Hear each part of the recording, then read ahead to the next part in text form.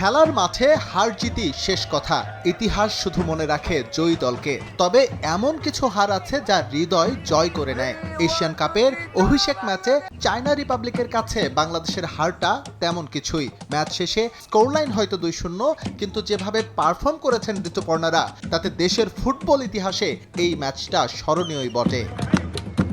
সিডনির কমব্যাংক স্টেডিয়ামে মাঠে নামার আগে অনেকেই হয়তো ভেবেছিলেন বাংলাদেশের হারের ব্যবধানটা হতে পারে লজ্জাজনক, কিন্তু মাঠে বাটলার শিষ্যরা এতটাই দাপুটে ছিলেন যে 9 বারের চ্যাম্পিয়নদের ম্যাচের পুরো এক ভাগ কোনো স্কোরই করতে দেননি। ভুলবশত দ্বিতীয় গোলটি না হলে এই ম্যাচের চিত্রও হতে পারত ভিন্ন কিছুই। সেকেন্ড গোলটা এটা আমার পাশ থেকে ছিল, আমি যদি একটু ঠেকাইতে পারতাম তাহলে আমার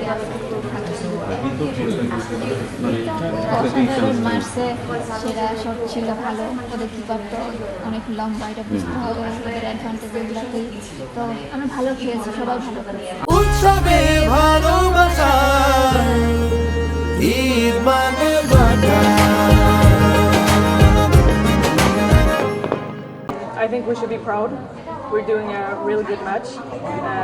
I think first 30 minutes we're holding the game very good, and yeah, of course they are stronger, they run faster, but we're keeping up, and I think a 2-0 defeat is still a very good performance for us. প্রথমবারের মতো খেলতে যাওয়া Asian কাপকে Bangladesh নিয়েছিল শিক্ষা সফরের মঞ্চ হিসেবেই, কিন্তু চায়নার বিপক্ষে এমন একটা পারফরমেন্স বদলে দিয়েছে গোটা দলের আত্মবিশ্বাস। লাল সবুজরা এখন দেখছেন পরের ম্যাচে শক্তিশালী উত্তর কোরিয়াকে রুখে দিয়ে কোয়ার্টার ফাইনালের স্বপ্ন। আমাদের যে প্রতিপক্ষ তারা অনেক স্ট্রং টিম, ভালো টিম, ওয়ার্ল্ড কাপ খেলে, ওদের কাছ থেকে আমাদের শেখার অনেক কিছু আছে, ওদের কাছ থেকে আমরা অনেক কিছু শিখেছি ওরা কীভাবে খেলে, তো আমরা এগুলাই পরবর্তীতে কাজ Aggressive and be alert, and I think we really did that, and this is something we should keep on doing.